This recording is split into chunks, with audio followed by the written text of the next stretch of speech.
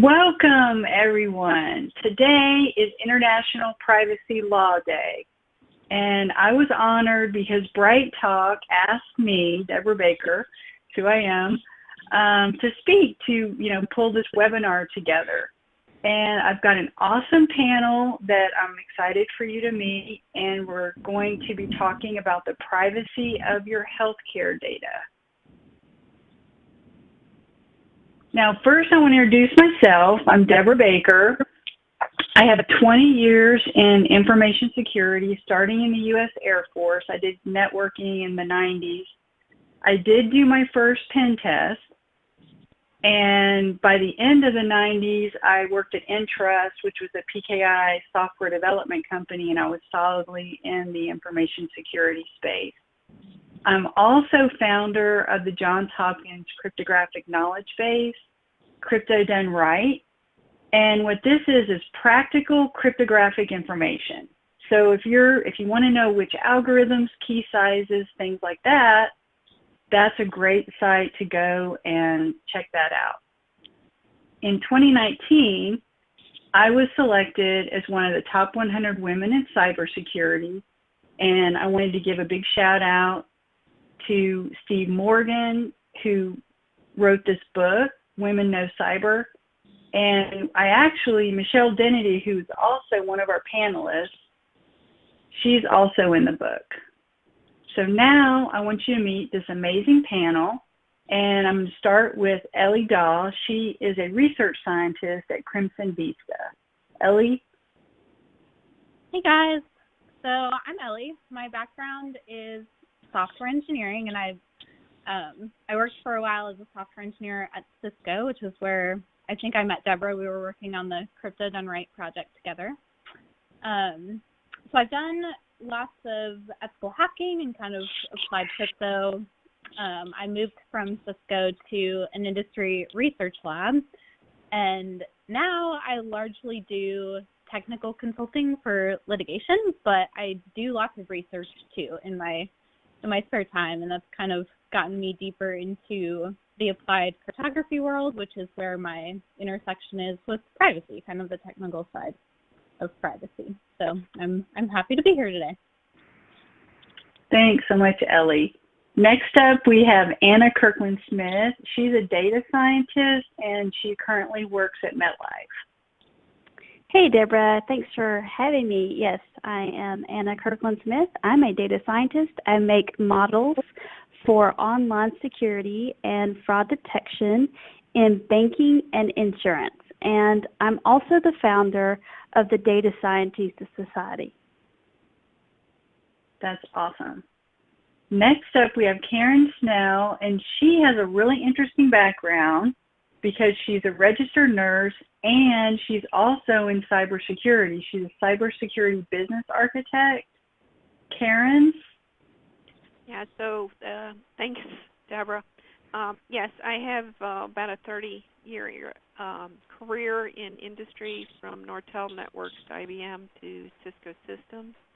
My current role is as a cybersecurity business architect, primarily on data privacy remediation. And also I'm an adjunct professor at several colleges and universities, giving presentations and teaching computer science as well as cybersecurity and cybercrime. Wow, that's pretty amazing.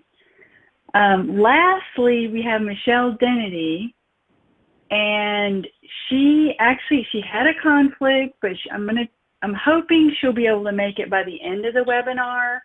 I worked with her at Cisco. Both me and Ellie worked with her at Cisco. She was the Chief Privacy Officer at Cisco.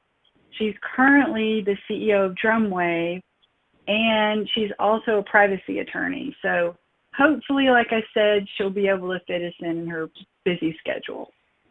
So any network can be attacked, is at risk. But in healthcare, the risks are so much higher because what we're talking about is life and death. So, for example, a pacemaker could get hacked and the person could be killed. I mean, that's like one of the worst case scenarios. Also, the network being down at a hospital could affect caring for patients. And this, let's see here, sorry about that. I saw some questions coming in, so if you want to go ahead and Karen and Ellie want to handle that, that'll be great. So we saw this with Wannacry. It had a devastating effect on the National Health Service in the UK. Now, this was in 2017, but it's still out there in the wild. So it cost, basically canceled 19,000 appointments. It affected 8% of general practitioners, and hospitals in the UK were forced to divert emergency room visitors to other hospitals.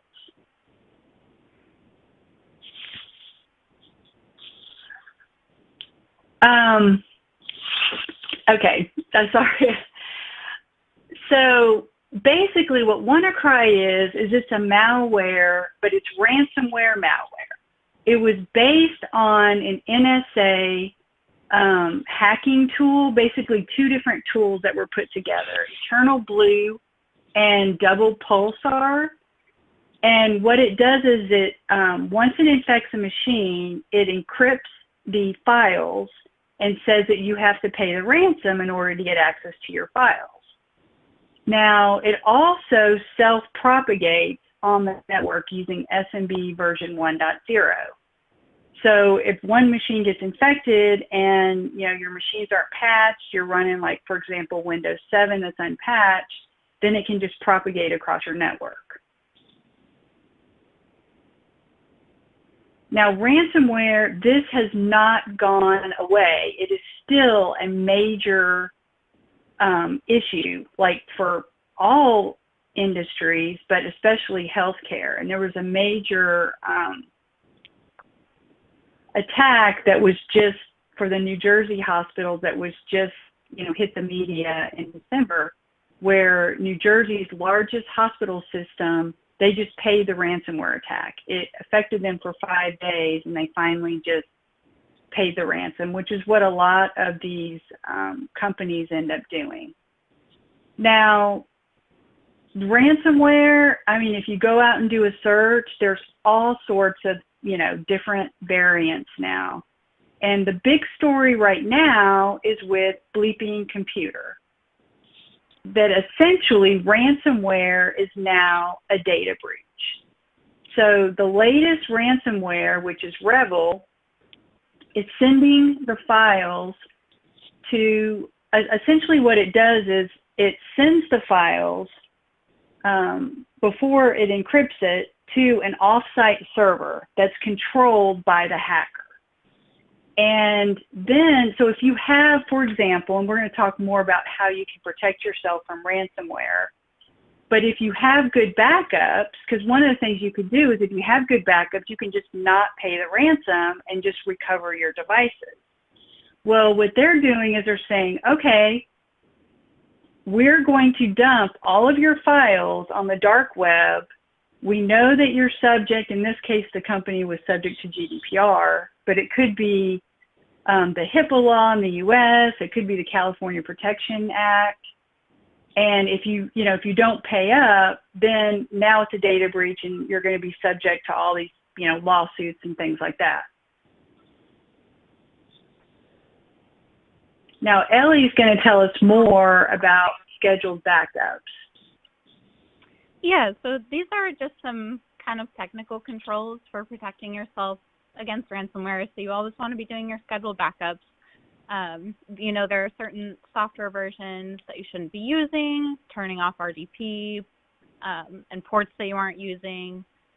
The other thing, too, there are some companies that have kind of ransomware recovery software, which obviously is very helpful, but this is something that must be installed and running before the ransomware attack occurs. So, obviously if you've already been hit with ransomware, that's not going to help you really.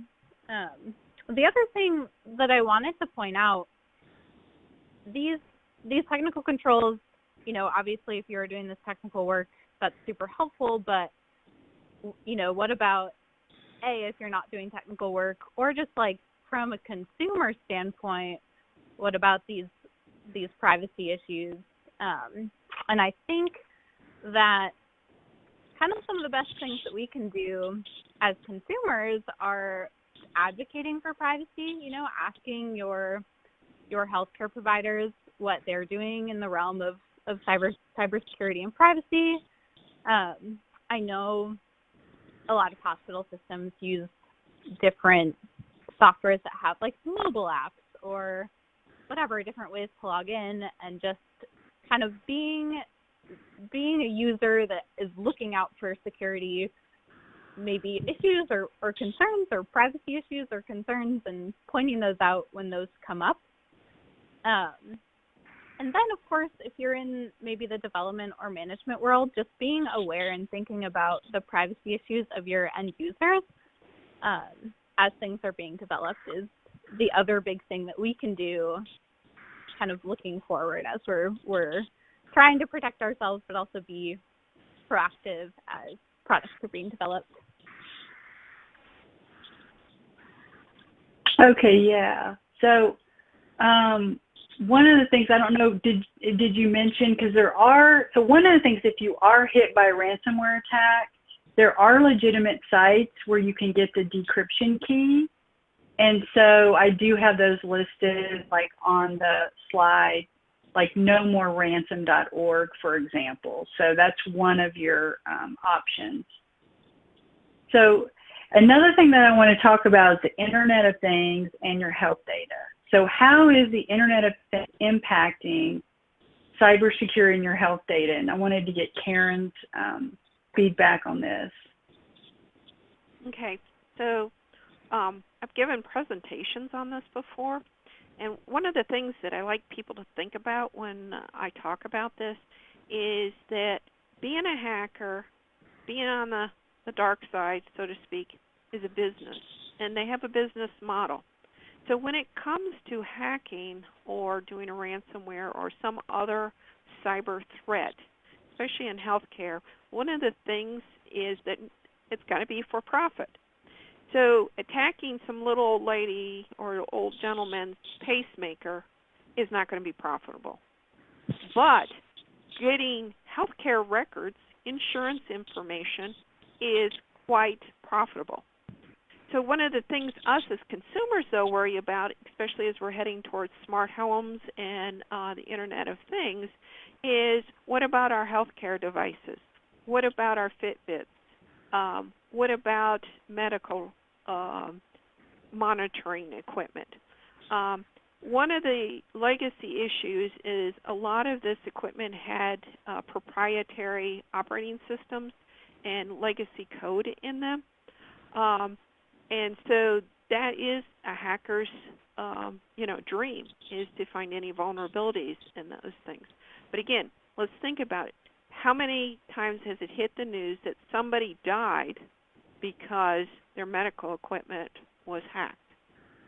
I am not aware of anything. But again, when you put on your profitability and a business hat, what is valuable is insurance information. So if there's any type of PII on any of these devices that a hacker can use to research and find a person's, Social Security number, Medicare card number, insurance number, that's when we get in trouble. Ellie, would you like to add to this? Yeah. No, that's great. The pacemaker thing, I know that's more like a story out of Hollywood, but yeah, that's a great, I love the way you explain that, Karen. So yeah, I have Ellie, lots of war stories that I can go on. I want to be considerate.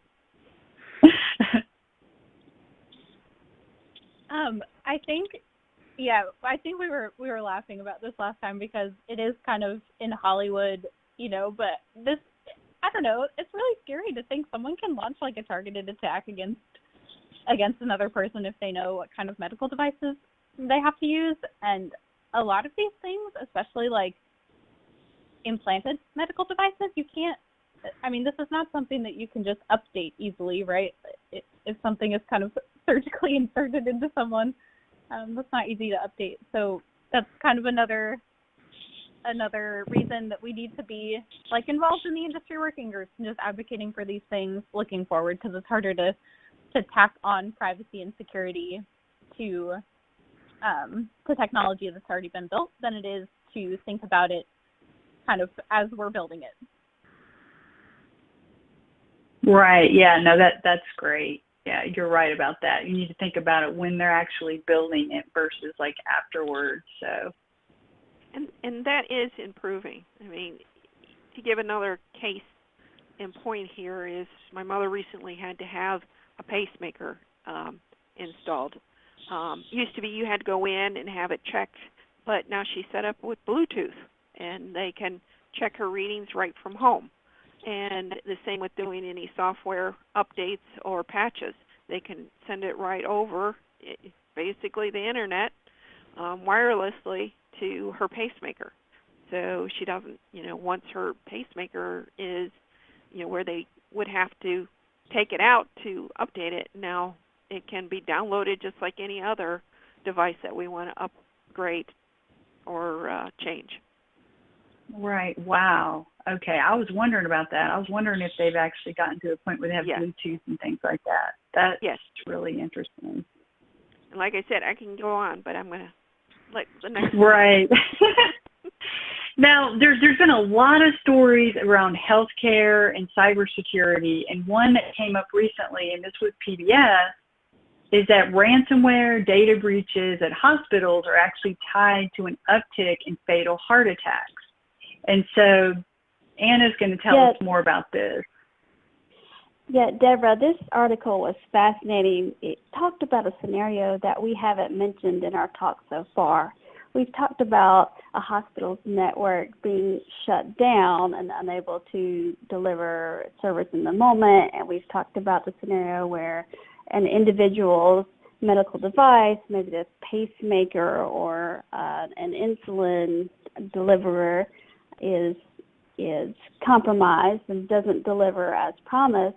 But this article talked about something entirely different, and that is what happens to the hospital after the cyber attack. And that is people now become more aware of what could happen, and they start to think about vulnerabilities more critically, which is good.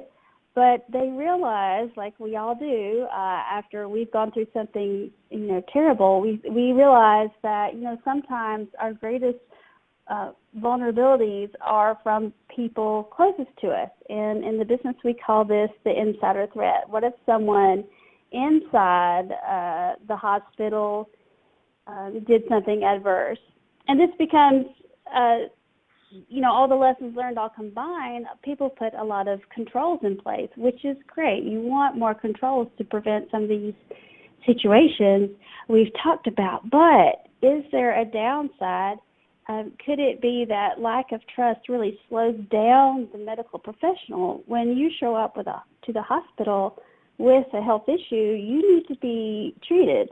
And what if the controls are slowing down people at the hospital? This article talked about the possibility that after the attack, the patients received an electrocardiogram later. And so, after the cyber attack, they were receiving, there was an increased amount of time it took to get that medical test. And so maybe that is what it was causing this uptick in heart attacks across the whole.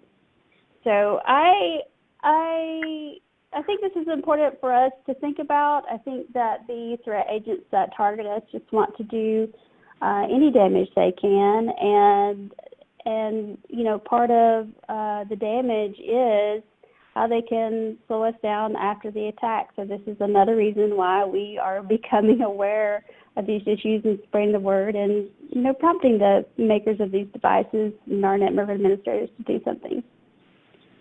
Right. So one of the things I was thinking about this is, so after there's a breach or after this attack, then, the hospital will tend to, shore up their information security, their cybersecurity. And a lot of these controls are like new, you know, could be like harder password, two-factor authentication.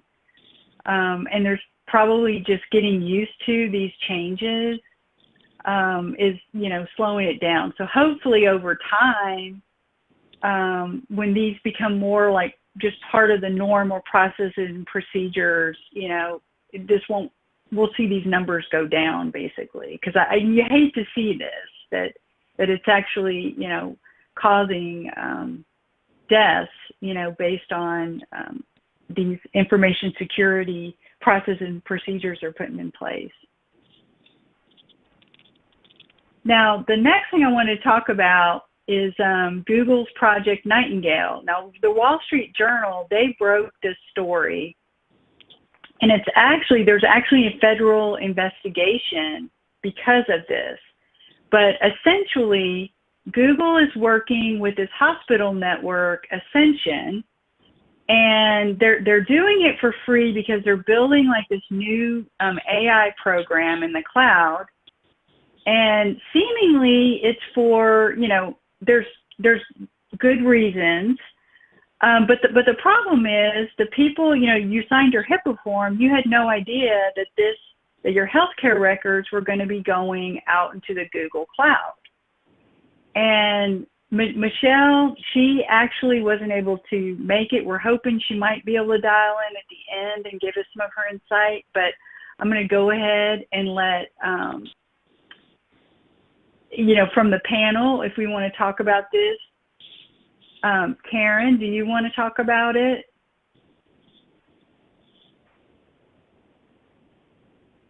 And if not, that's fine. I'll go ahead and let Anna. No, that's fine. Go ahead. Yeah. We have a question from the audience on this about the, you know, profiteering from getting to people's data, but also where is all this data going and who's helping manage it. So one of the things we have to think about is a lot of data is stored on the cloud. It's being handled by parties like Google, IBM, and Microsoft because they're the ones that are running the cloud. And one of the things you have to realize about medical data is it takes up many, many, many billions, trillions, zillions of bits. Because if you think about when somebody takes an ultrasound, an x-ray, patient's records, any type of recordings, or anything that might be going on in real time, it takes a lot of storage and a lot of collection of that information. So what comes down to is who's viewing those records. So one of the questions here is that healthcare systems are sharing this data that has PII or PHI information with third parties. But you got to remember HIPAA requirements, and also if we're talking about Europe, GDPR requirements. There are strict laws, regulations that are in place on how that's shared. And when you go into the hospital and you sign or review the 100 million pages of the HIPAA policy that they have you sign, it does outline who it can be shared with and how you can control it. So, so to the question that is, how can we improve third-party regulation and governance? There will be continuing changes in the privacy space here, but I think the biggest question is how can we make sure our data is safe? And part of that is, has been shared here, is improving the controls, improving how data is encrypted, how it is being handled, and then also data retention and destruction. So I'll stop there because I think, Anna, you had more? Yeah, I have thoughts on this story too. You know, we're in this situation with Google getting data from hospitals because data is powerful, and the intent is that,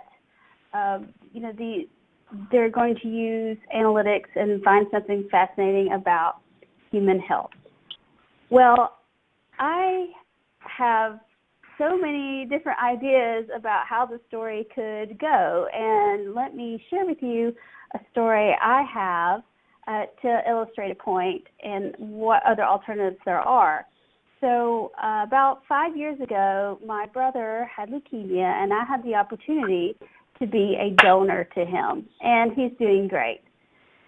While I was there, I had to live near the hospital for about a month. And during all that, I had the opportunity to participate in the study.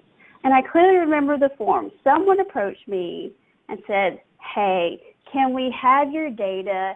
Here's who we are, and here's what we're going to study.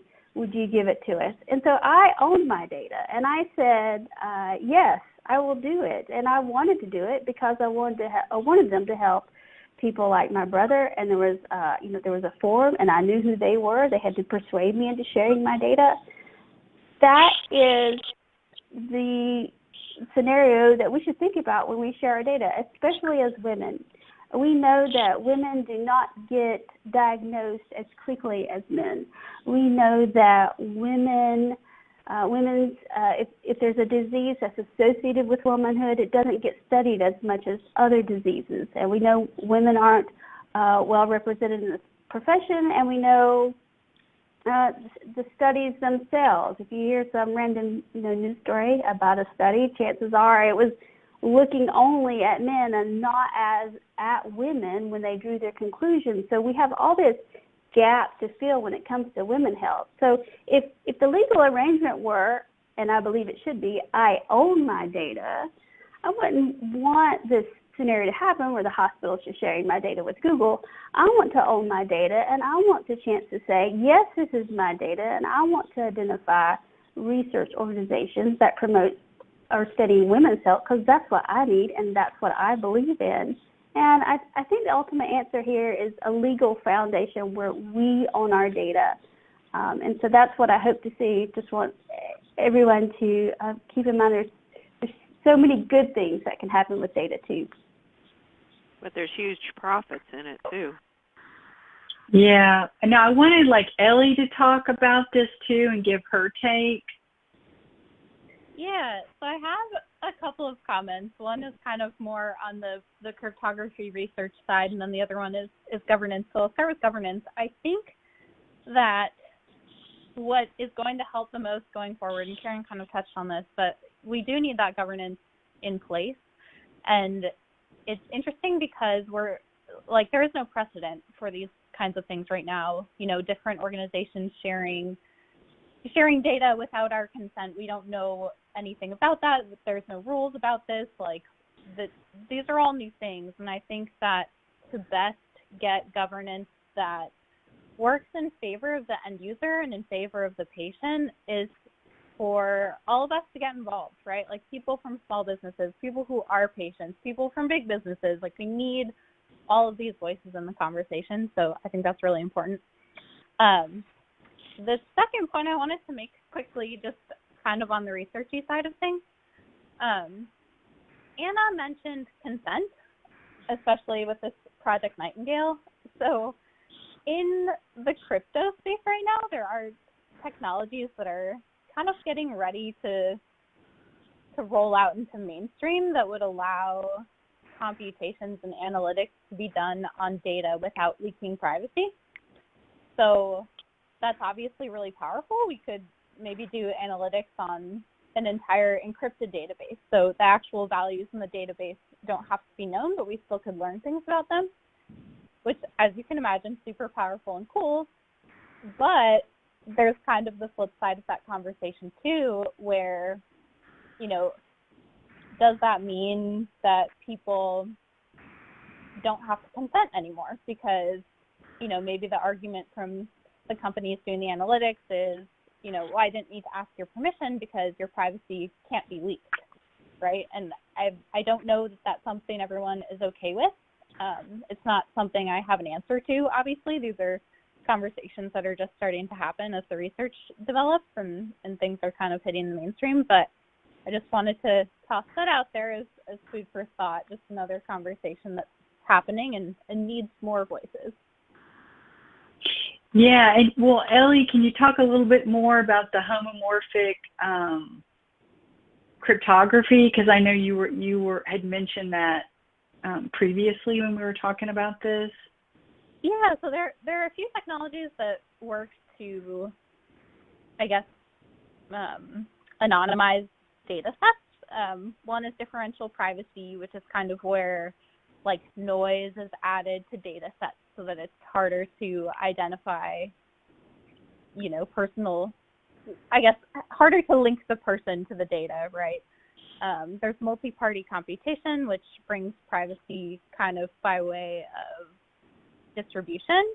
So the computations are just done over a distributed set of nodes, so it's harder to kind of get the full set of data. And then homomorphic encryption is the one that I kind of alluded to just a minute ago, where all of the data is actually encrypted, but we can still do the analytics on it. So that's you know, by way of some fancy math. There are lots of blog posts, and on my LinkedIn I shared a really good visualization of homomorphic crypto. But yeah, so these are technologies that are all kind of being studied by academics and starting to hit like enterprise partnerships to kind of figure out how to do this more efficiently and deploy these technologies.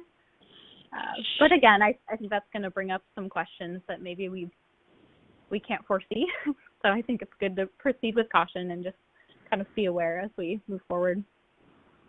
Right, yeah. So that kind of seems, yeah, it seems like with that, it would be kind of the best of both worlds. So you can actually get the positive out of the data analysis, but at the same time, there would be privacy. So, yeah. Okay, so the next, I did want to talk a little bit about HIPAA, and essentially HIPAA is a U.S. law that protects your protected health information. And it's, I mean, everything, the data, your individual's past, present, or future physical or mental health condition. I mentioned this at another talk, and someone in the healthcare industry said, I said, you know, how do we know about future? And they said appointments. So anything that has anything to do with your, you know, medical records, data, anything like that is protected under HIPAA. And then, of course, the PII, like your name, address, birth date, social security number, biometric data. Now, HIPAA, it's a law, and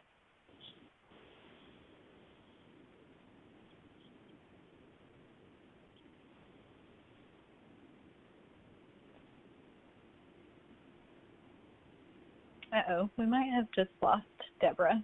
Is high trust. Oh. Deborah, we lost you for a minute, but you're back now. Oh, okay. Sorry. Okay. Yeah, where did I drop off?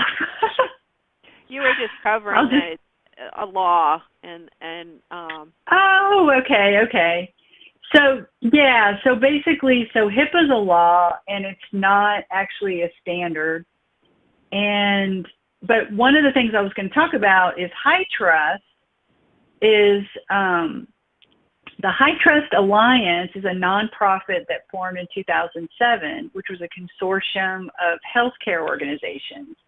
And what they've done is they've put together this cybersecurity, they basically put together like a framework.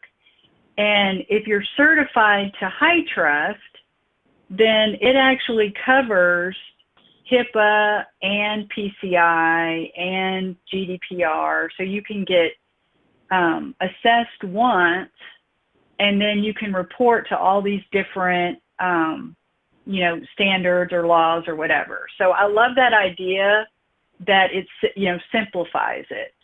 So, because I'm always looking at ways to streamline processes and things like that.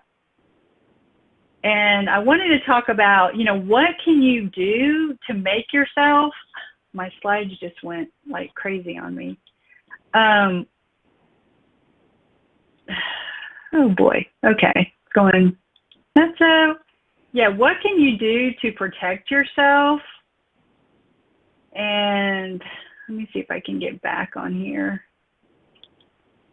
They just skipped ahead like 3 or 4. Just a minute. Kind of has a mind of its own at this point.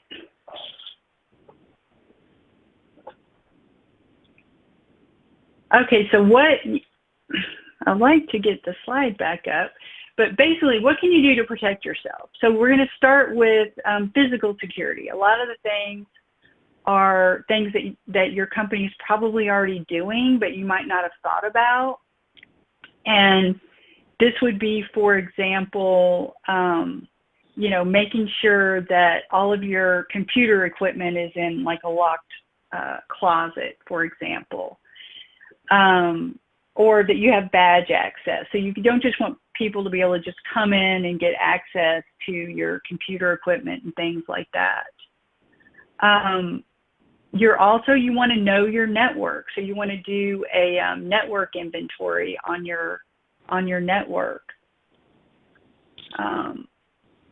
What I'm going to do quickly is, let's see here.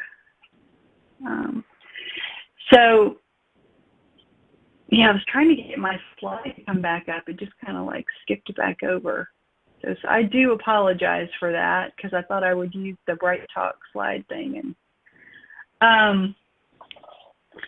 But essentially, you want to know your network. You want to know what is on your network. And so one of the things that, like discovering machines that are on your network that you don't know about, that's one thing that RedSeal can help you with. You can use other tools like SolarWinds also.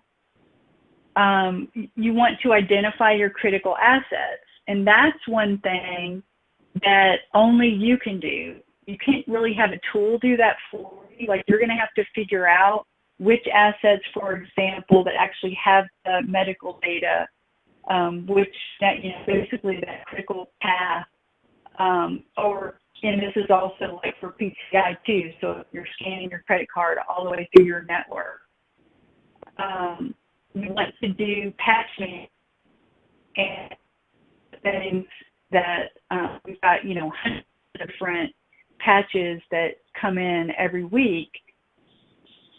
And things that RedSeal can help you with is vulnerability prioritization. So okay, I'm going to get my critical assets. You want to make sure you have them on a separate segment of the network, but also you want to make sure you get those patched. And you want to be settled on like a secure configuration baseline. So you can use Center for Internet Security is an example of one of the ones you can use. And finally, security awareness training. So cybersecurity is everyone's business. And so, you want to have like a training program to let, your employees know about, look for this particular link and don't go to certain websites and things like that.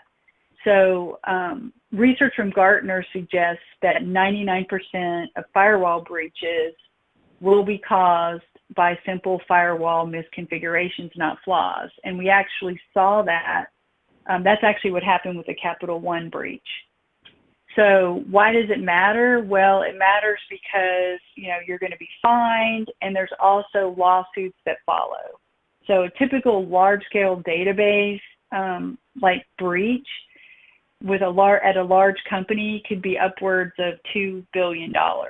So Equifax is still getting sued. And there's just this fall, there's another lawsuit, and they're calling out not just what they did wrong to get hacked, they're actually going in and looking at their policies and procedures and saying you had poor security policy, lack of due diligence, and these are all being called out in the lawsuit. So, and finally, and I do apologize that the slides just kind of rushed to the end and I can't seem to be able to get it going back, but yeah, RedSeal will just help you with visibility of your network, help you model your network, and where you can actually do attack scenarios and see where your weaknesses are. So now I want to go ahead and address the questions. And if you, Karen and Ellie, I know you were looking at these. If you can help me out here. Yeah, if anyone else has more questions, feel free to drop them in the little chat box there. We haven't gotten any new ones in a little while. So okay. while we're having that, one of the other things to think about is personally, as a person, think about what you are downloading to your cell phones, what you're downloading to your personal devices. You know, where are you getting that from? Are you making sure that when you do any purchases, whether it's, you know, personal purchases or even medical, because, you know, now a lot of times you can order your, you know, medications online. You can order your glasses online, and there's telemedicine to think about as well. You know, can anybody tap into that broadcast? What kind of information are you exchanging? And telemedicine is a big new area, especially from us doing meeting with a psychologist or psychiatrist and getting therapy over line. Who has access to that? How is that being stored? What are the controls in a live chat like that?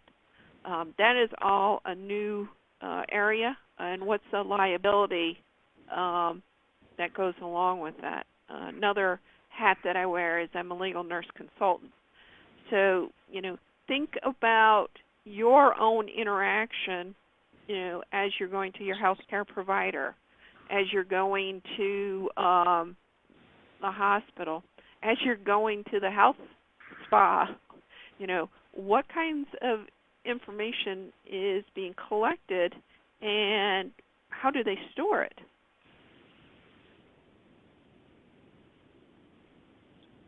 We just had a question come in asking, what about internal snooping from healthcare workers? Is there an audit aspect attached to these individuals?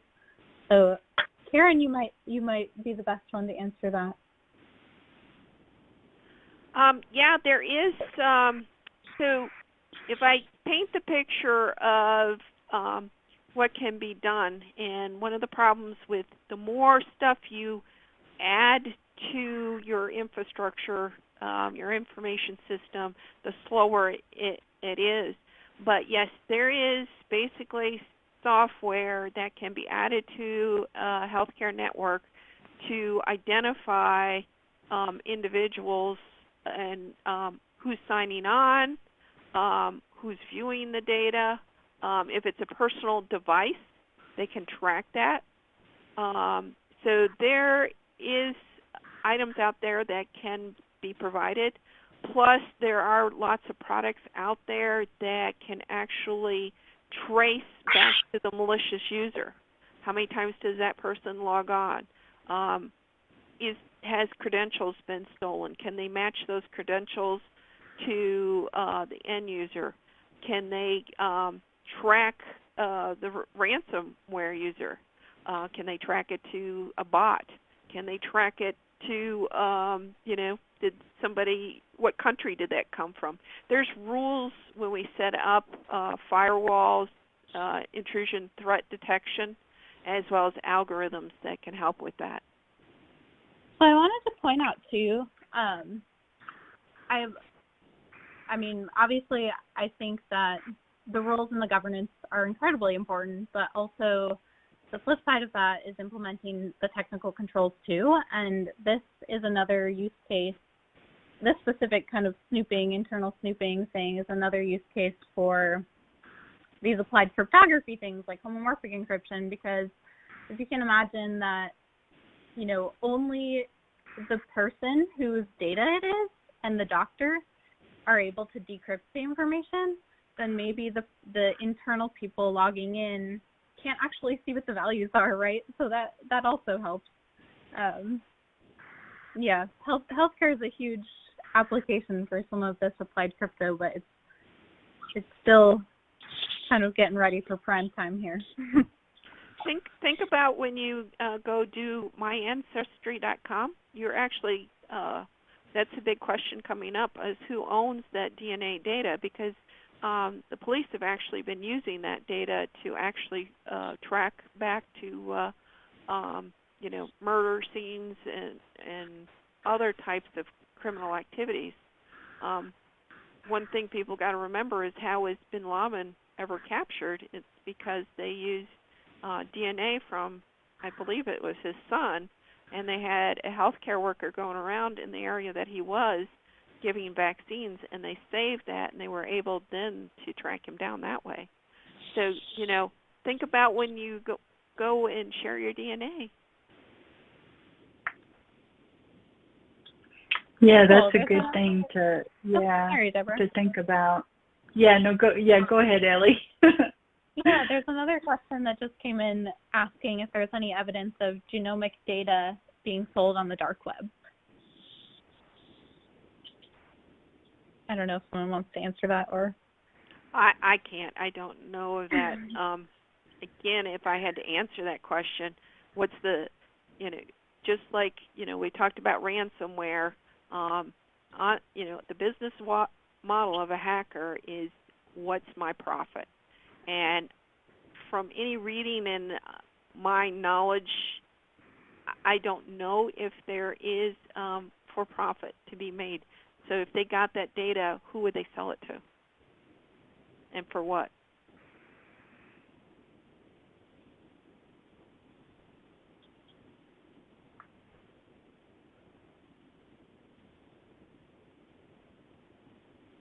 Other questions that might come up?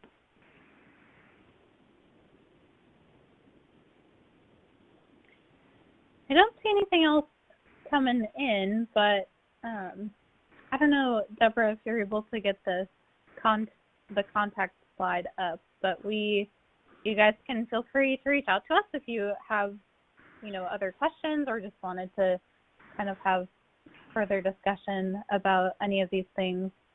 I think all of us like to chat about it because we care about it, and we like doing research and learning and sharing what we know. So.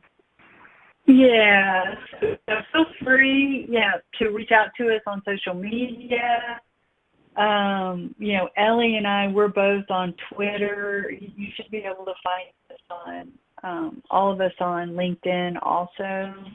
So, we'd be glad to answer any other questions. And I will post the slides after the webinar. Another question came up here. What about government funding of hacking for reasons other than profit? I'm going to take this as U.S. government versus other countries' governments. So if we talk about U.S. government funding for hacking for reasons other than profit, top one is Homeland Security. That's why the Snowden and the NSA was such a controversy. I always say there's two sides to this. One scenario I give is when I go up to an ATM, I really don't like the camera, watching me doing my transaction, so I cover it up. But do I want that camera to go away? Heck no, because if somebody came up after me, I want that person captured. So there is personal safety, country safety, local safety of reasons for hacking and making sure that we are safe. And also think about fraud. If somebody got somebody's medical records and it contained information that was, that could be devastating to somebody, a well-known person, there's an opportunity for blackmail. Foreign governments, as we've heard, there is the profiteering of, doing Bitcoin data mining, from an illegal perspective, getting trade secrets. That's one of the big problems that we're having in our discussions with China. Part of the the requirements for doing business with China is that, we have to reveal technologies, let alone it's been hitting the news lately that technologies are being stolen from research. Lately, there was something about farming of fertilizers, and that information was being stolen. Can you imagine some of our big research hospitals? What are some of the opportunities there? So, these are reasons for our government to be funding protection from hacking. Is not only just for our homeland security, but also to protect our industries and our own intellectual property. And there's also, those are great points on the defensive, and there's also, of course, funded offensive hacking as well. This is kind of another thing to see. The old rule goes, how many vulnerabilities does a hacker need? They need one. How many do we to protect? We've got to find them all. So, right, yeah. Which is the more expensive side, of course. Yeah. And for those that have heard of something as a service, there is a market out there for ransomware as a service. They'll sell out there on the dark web how to do it. Another big area that's used for funding some of these illegal activities is actually the gaming industry. There is a black market for selling, some of the key players or tokens and stuff of that on the black market, and gamers will buy them. And this is used to support illegal drugs and other types of illegal activity because money is involved, or to actually knock a competitor out of the business of being in gaming. And gaming crosses many international boundaries. So how do you police that? So it's its own industry with its own business model, the dark side, so to speak.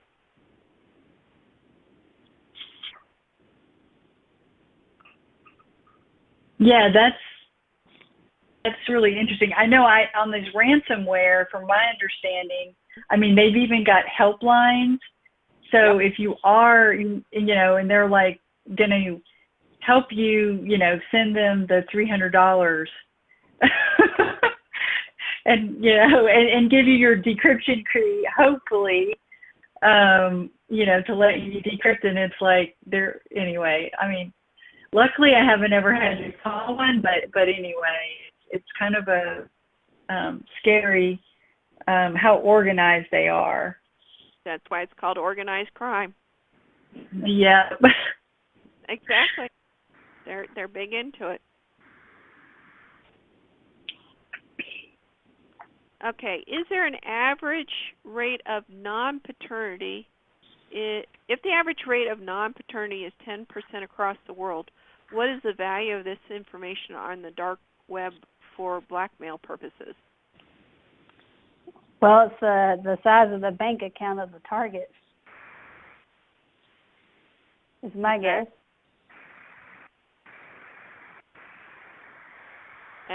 And also what country that person is in, and how much they can get away with, it actually ruining their career or fortune.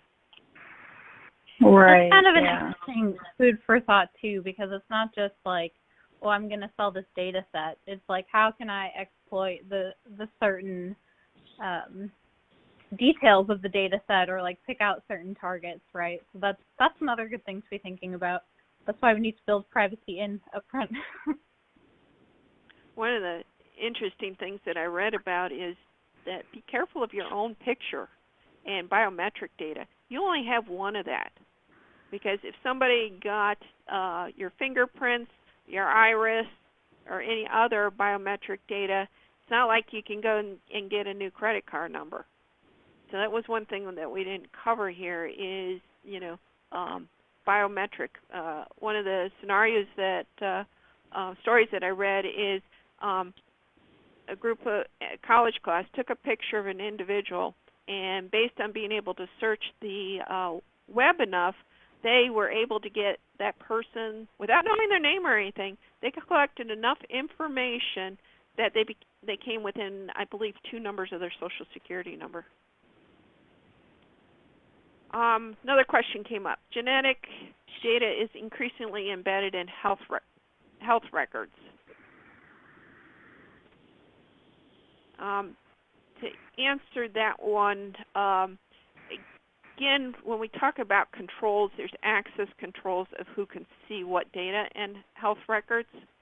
So as far as the genetic data being in there, healthcare as a whole is getting better and better of doing that type of mapping to, one, to have breakthrough with cancer and other what I call customized cures or treatments.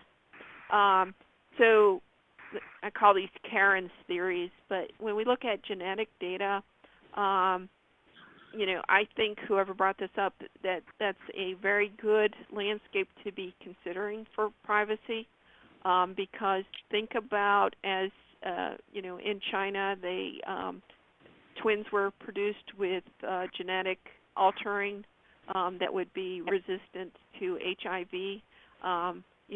What is there going to be a market for, the perfect baby?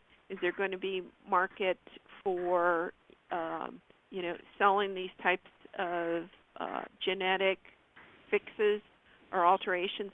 But then we also have to think of the ethical, and then, what's the future? Just like our GMO crops and that. So that's a good question, and I don't think that's even being thought through.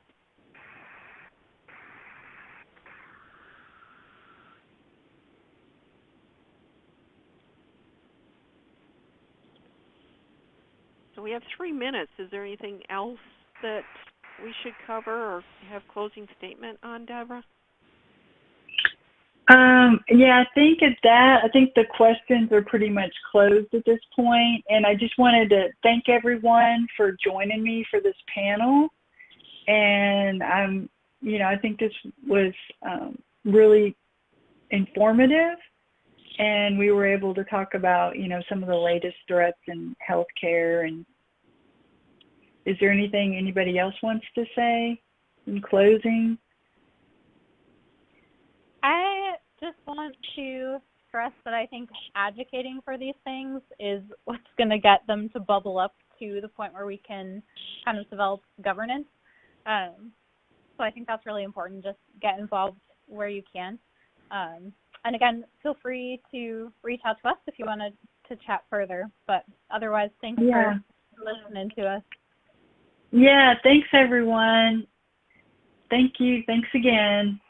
Bye. Thanks, Deborah, for this opportunity. Bye.